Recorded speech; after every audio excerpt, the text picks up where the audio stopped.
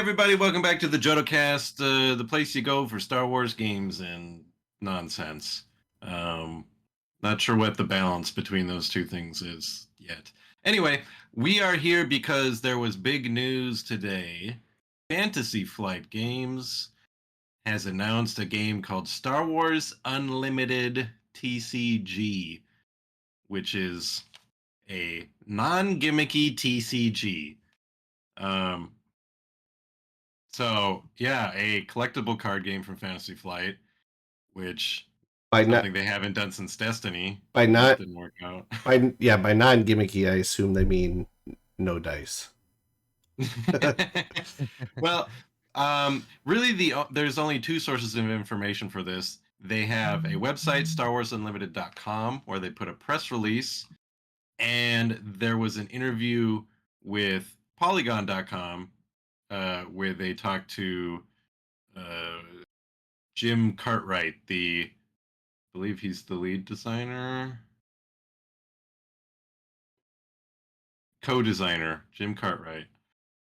So that's we'll go through what little information we have. Uh, but initial thoughts, everybody, upon seeing this. This is the first thing I saw when I woke up this morning. I was excited because, like, oh, new game, that's cool. And we've had these rumors kind of in the background for a while that they had been working on a card game of some sort, right? Yeah, the prophecy is finally Yeah. come true. If you remember, it was like 3 years ago or whatever. Steve Horvath just said they were working on a card game, and then we were like, "Oh my gosh!" And then we're like, "Maybe they're not. Maybe whatever that was didn't end up happening." But here it is. Radio silence since then. But it's cool to see it announced. And the one piece of art I thought looked cool. It's yeah. I that's let me the thing about the artwork here. Yeah, they said that they commissioned new artwork for every card, which means no recycled artwork in this game. Right. That I think is a very surprising and interesting thing because every single Star Wars property to come out of Fantasy Flight has pulled from the same library of really, really good Star Wars art. We've seen the same art in X-Wing, Legion, the deck building game, the role-playing games, Rebellion. It's all got the same stuff, which is cool because it all feels very unified, and it's really good art.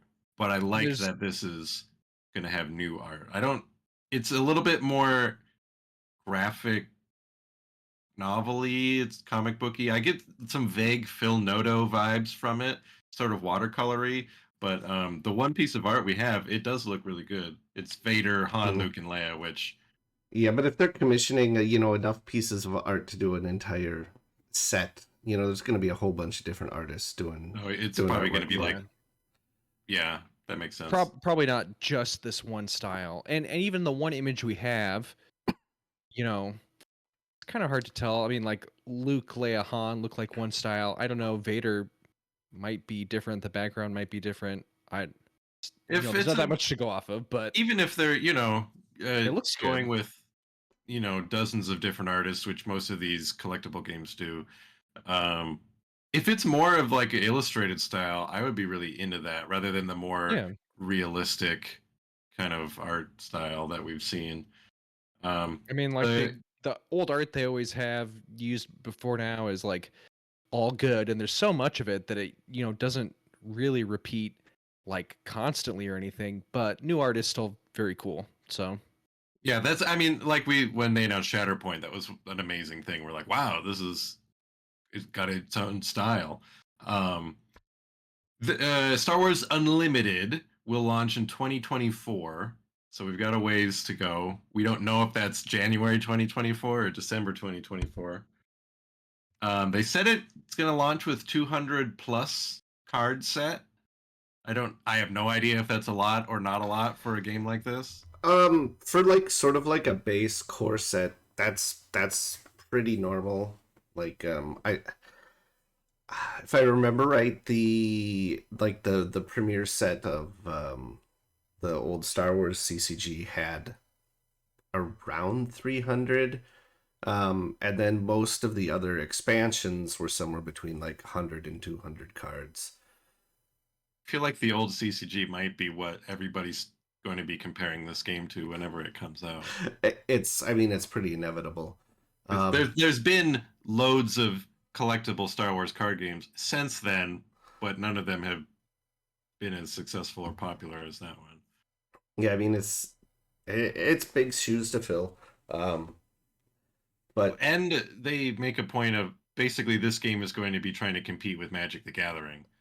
They talk about Disney Lorcana a bunch, which isn't even out yet, but I guess that's probably going to be pretty big player. well, I think it's also like that the CCG writer for Polygon is like super excited for that game too. Oh, So that makes sense.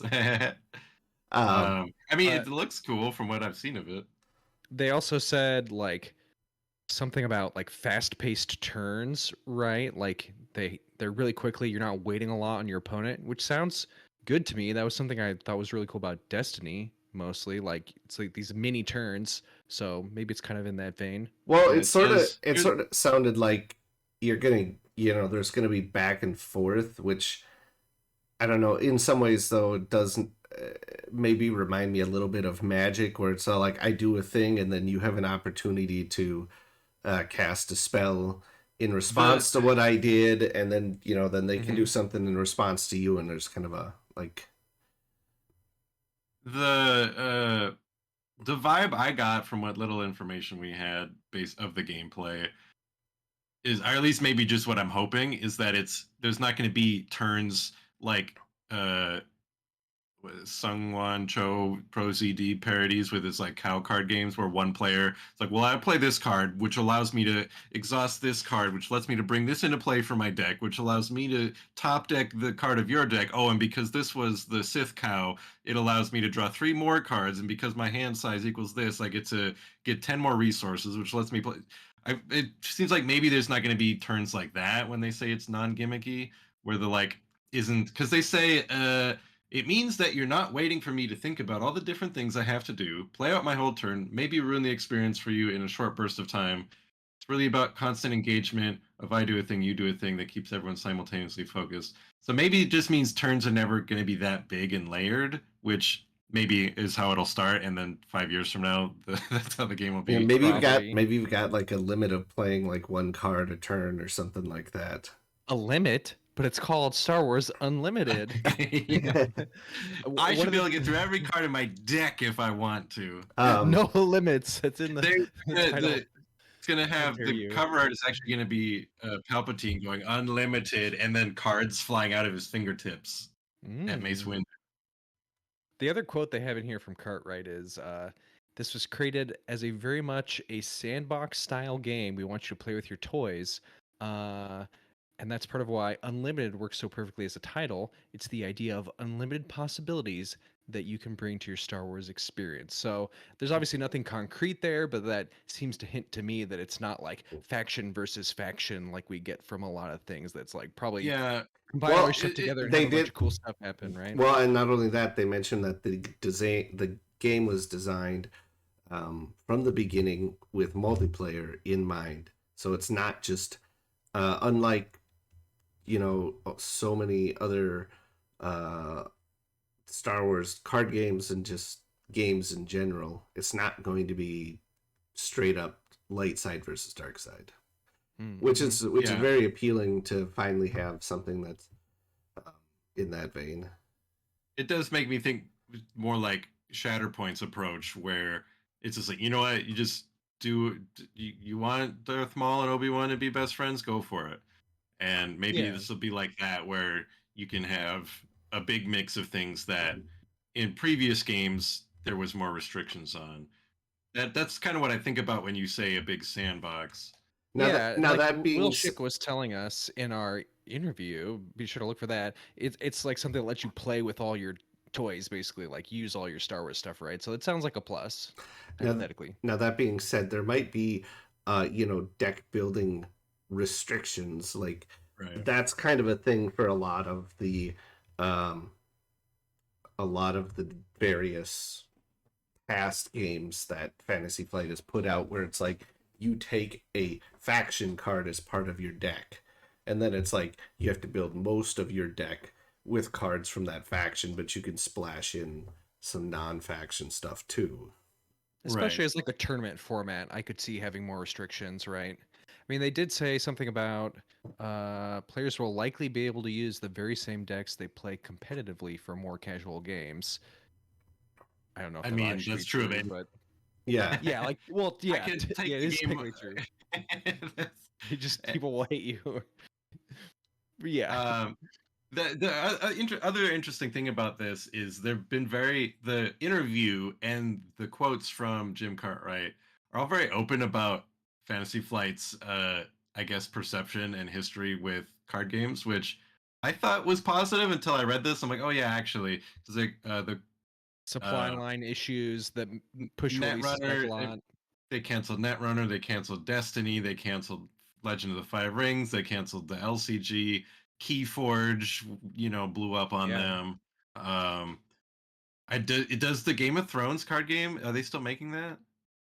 Because that was a competitive game too. I don't know if they have any competitive card Yeah. games anymore. No. the, I that's done. yeah, no, I I think think all that their card games are just like Arkham, which and the Marvel Champions. they might still be like reprinting like Game of Thrones stuff or like doing some stuff. I mean, and they're still doing like the Lord of the Rings card game. But I think it's like they're not really doing new stuff for Lord of the Rings anymore. They're sort of like repacking old stuff into like, here's 4 or 5 expansion packs all in one thing or something like that. And I think they're doing a similar thing with Game of Thrones. Maybe I don't remember. Um, but yeah, you know, it's not like either of those games are really have a whole lot going on anymore. Maybe once, maybe in like 20 years from now, when Winds of Winter finally comes out, they'll have some more material to make some more stuff for the Game of Thrones card game. One of this quote I find particularly interesting and definitely seems like this is them. I don't want to say they're not going after Magic, but they don't want to flounder in the marketplace where they say this is a game in which we have dedicated more resources than any other game in FFG's history. That's a big claim. It's not like they've been making small games up until now. Like they're one of the big players in the tabletop land. In the past, for these kinds of games, we had difficulty hitting those regular release cadences. Anyone who's played FFG games knows that. Yeah, Something we Destiny struggle. had a Yeah. huge problem with that. So I guess, no, if you want to make a TCG, you got to be able to release things regularly. They did also say that, and it sounds like, production resources and scheduling is going to be a big deal, but uh, they've got people on this who worked on Game of Thrones card game, Keyforge, Legend of the Five Rings. I guess they, pulling a lot of people in from all over. Yeah, one of And Star Wars yeah, Destiny. one of the Destiny designers is on there. So it's a little bit of a dream team, which I think is a good sign. It's not just something they're kind of dumping out with some It's new employee or it's something, not right? like Right there. it's not like the LCG in the last couple of years of the LCG where it was literally just one guy. Whoever they had Yeah, available, or he was like the entire team. Um, Yeah, I mean it's exciting and promising. It almost sounds like they're betting the company on this game or something. I mean, if done right, I mean, if the game is good, if the game's actually good and it has the Star Wars IP behind it, I mean it has a shot. I mean, back in the 90s, the Star Wars was the only thing that really came close to competing with Magic at the time. So, It was the second best selling card game for a long time running. what are the biggest games out there right now? Because I do not like collectible card Yeah. games. I mean Pokemon and Yu-Gi-Oh are pretty big. Is Um that Universe's game big? I mm, always see like the My Hero expansions, and I'm like, I like those characters. I don't want to play that game though. I mean it's it's out there. It's a moderate, I wouldn't say it's big. I would say maybe a little bit bigger. Like the Flesh and Blood is pretty popular right now. Is Um, that this is a vampire game? Maybe that's a not yeah, a yeah, no, collectible game. that's Vampire the Masquerade Arrivals, I think is the name of it. And no, that one's like a LCG type Okay, model. I think they call it like a ECG, just because LCG is a right. copyrighted term or trademarked or whatever. And vampires aren't alive. It should be an undead card game. Yeah, uh, my initial reaction was I am not excited about this game because of my experience with Destiny, which was my first real big foray into a collectible thing, where my experience was, well, I spend more money than this is worth, end up with just stacks of extra, not only just cards, but plastic wrappers, and in Destiny's case, dice, which really sucked. uh, Yeah. And like, I don't if this game is where oh, it's a fun game, and I need to spend $100 every 3 months or whatever, that's fine. But when I spend $100, I don't get the things I need to enjoy it, and I'm stuck with like 30 copies of generic Rebel Trooper that aren't even going to sell for anything, because I hate the aftermarket concept of all of these things. Like, that's gonna I'll probably just make it through like the first, because I'll get it. Of course I'll get it, but I'll probably fizzle out on it after that if it's like, well, now here I am with a stack of cards that is just worthless. well, so if this game's a little bit more like a traditional uh, uh, card game than Destiny was, I think you'll feel that a little less. I mean, Destiny's problem was part of the problem with their card distribution was that you got so many of all these rares and or I mean like uncommons and commons, and you could use so few of them in a deck that you got way more. Um, Whereas at least like with Magic, I feel less bad getting commons and uncommons with those, just because they're far more they at the end of the day it seems like they feel like they're far more usable. Um, and you can also play formats like in Magic, Pauper is a pretty popular format where you build a deck Is with that nothing but commons. POP or Yeah, PAUPER? Pauper. The four person mode? Yes. Thinking like jalapeno peppers. That's kind of funny. Yeah. That makes sense. Um, yeah, I mean, and that's a pretty popular way to play. Um, uh, and Popular. so I feel like there's probably going to be more opportunity for those uncommons and commons to feel a little more useful. Uh, We'll see, I guess. yeah, but they did mention in one of the I forget if it was in the press release or the Polygon thing. They did mention that you're also going to be able to collect um, like special versions of cards with like different artwork. I assume there's probably going to be like foils and shit like that in there too.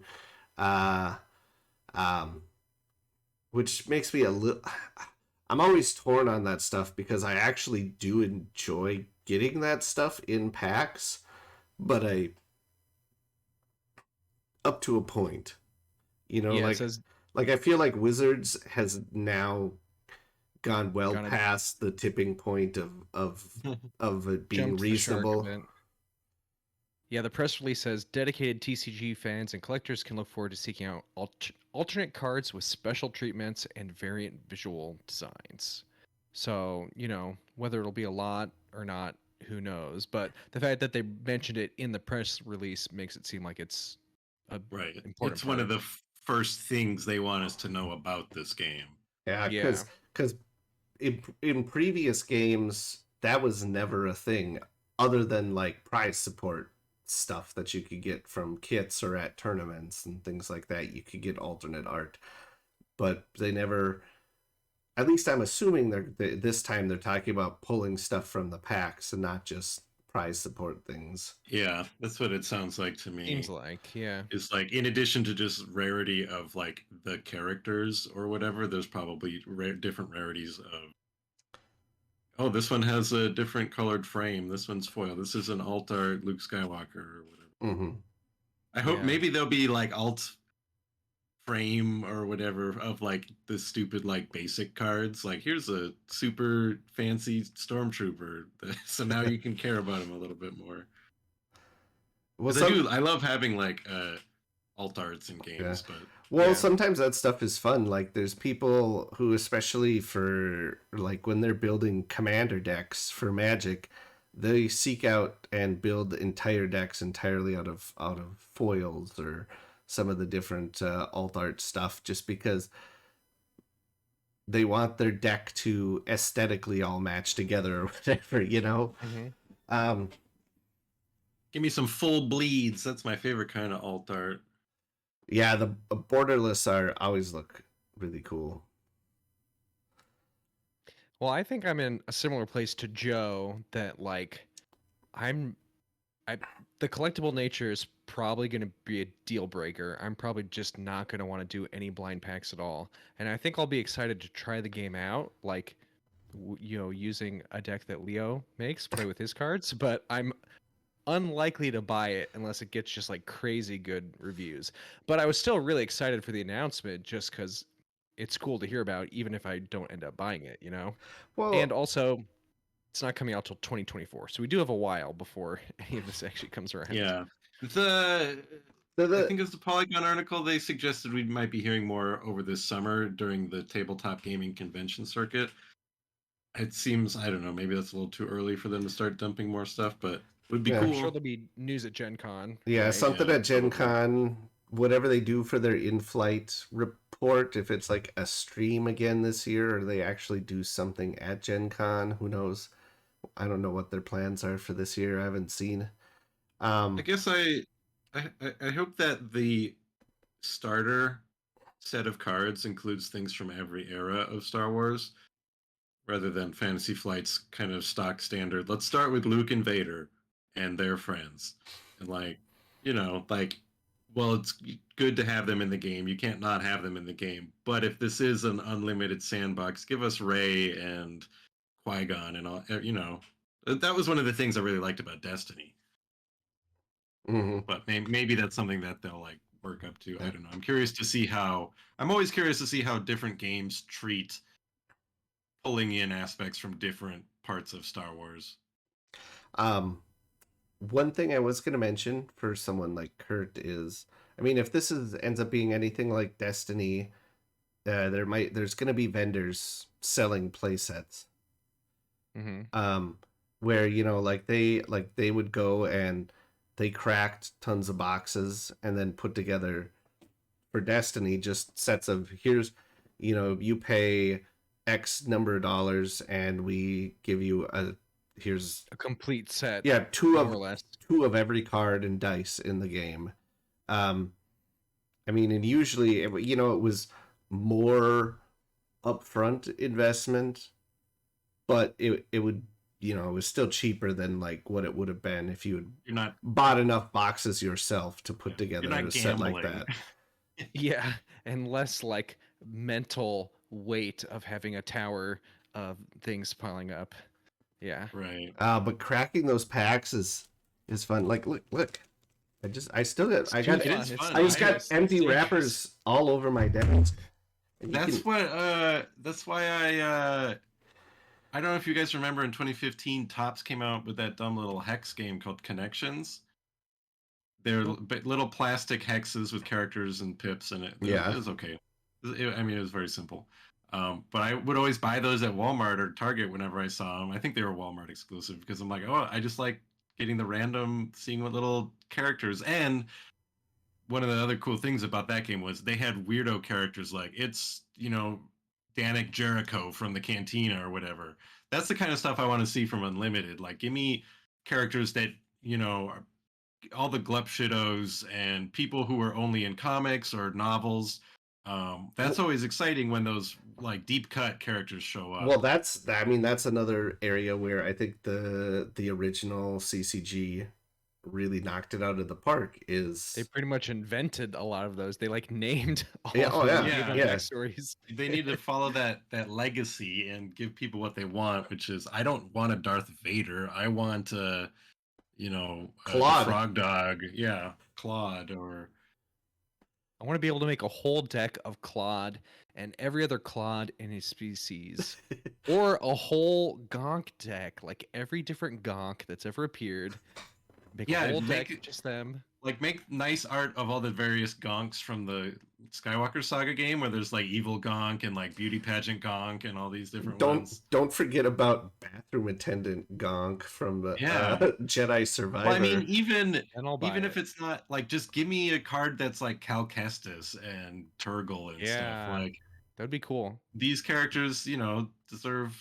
I you gonna give me a sandbox called Unlimited? I better have that level of choice of weirdo to put in my game. That's what that'll get me in. They go, oh hey, here's a High Republic character. Oh hey, here's you know this random guy who is in one scene. I'm like, okay, well I think they got me now because that's the kind of Star Wars fan I am. And I want chips too. I mean, I assume there would be, like, why would you not? But we just don't know yet. But yeah, if there's like, vectors and like, I don't know, the Radis and all these different things, Mhm. right? And like cool background chips. I don't know. It's all speculation, but it could be really cool. Yeah, I feel like it'd be tough to. Well, it wouldn't be that tough, but I'm sure that's a big consideration. Do we put ships in this game or not? You Because gotta, because most like the Falcon and X-wings and stuff are like right, so it's also iconic. You can't yeah, have Star Wars without the ability to go to the stars. Sorry.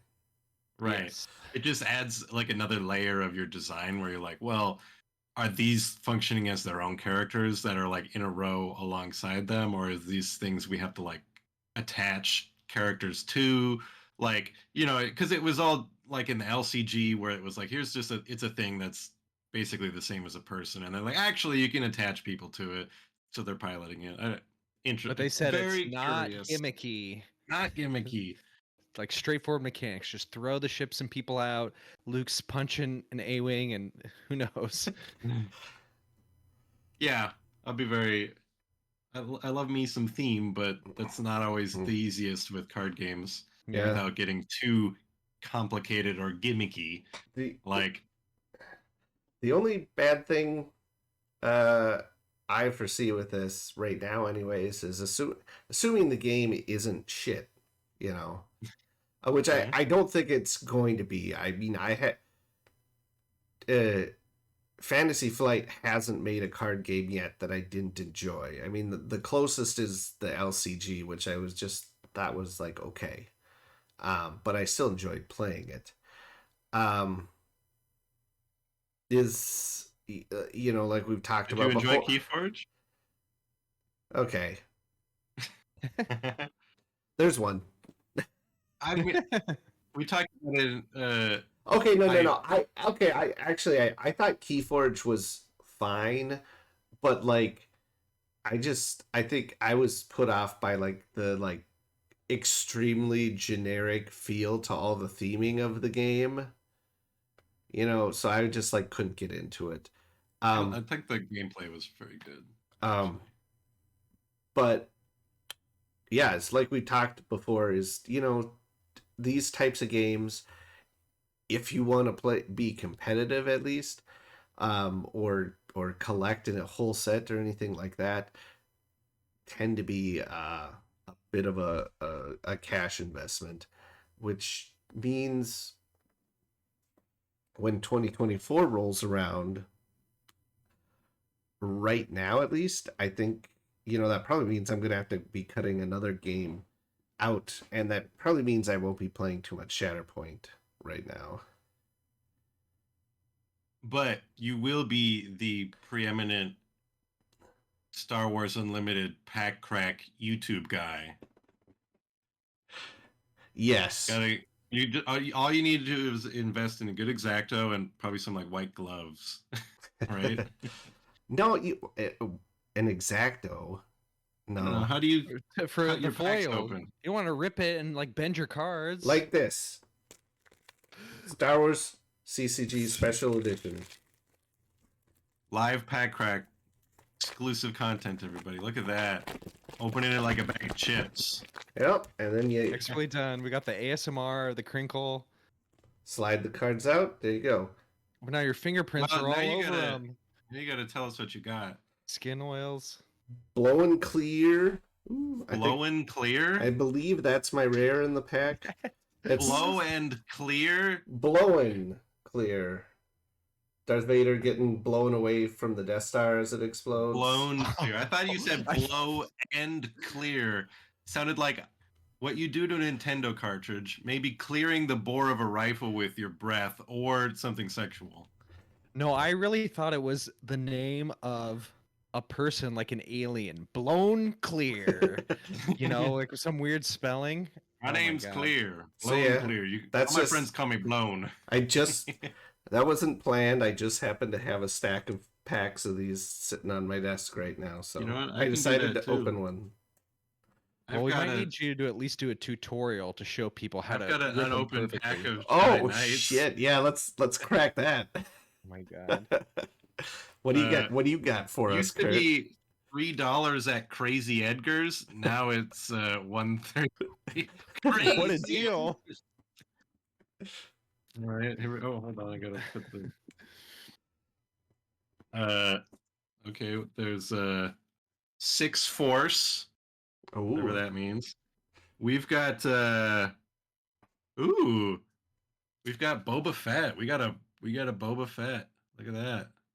Wow. With a nice Han Solo and Carbonite. It's hard to get a good focus. That's a good one. Relentless Tracker. There's a He's worth a lot to me. Look at that art. Most of it's just black space. What is he looking through like a porthole on a cruise liner? Hello. Oh, look at this guy. Ooh, picture in picture before it was a big thing. what? Why is there For picture in some picture? reason. Look at his that stormtrooper's eyes are incredible. That is specifically NT311, who is a quick draw. Oh,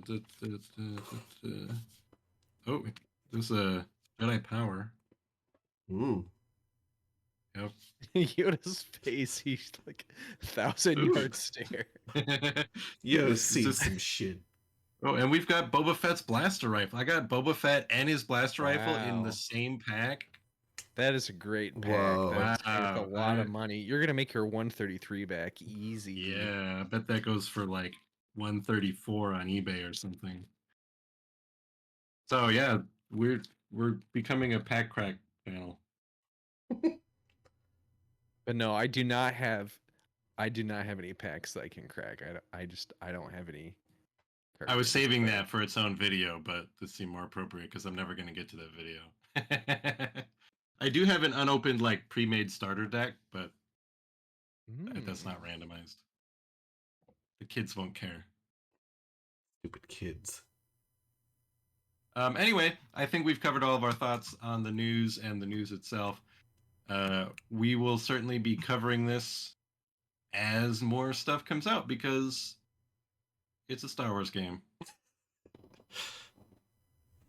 All right. Please tell us how you feel in the comments.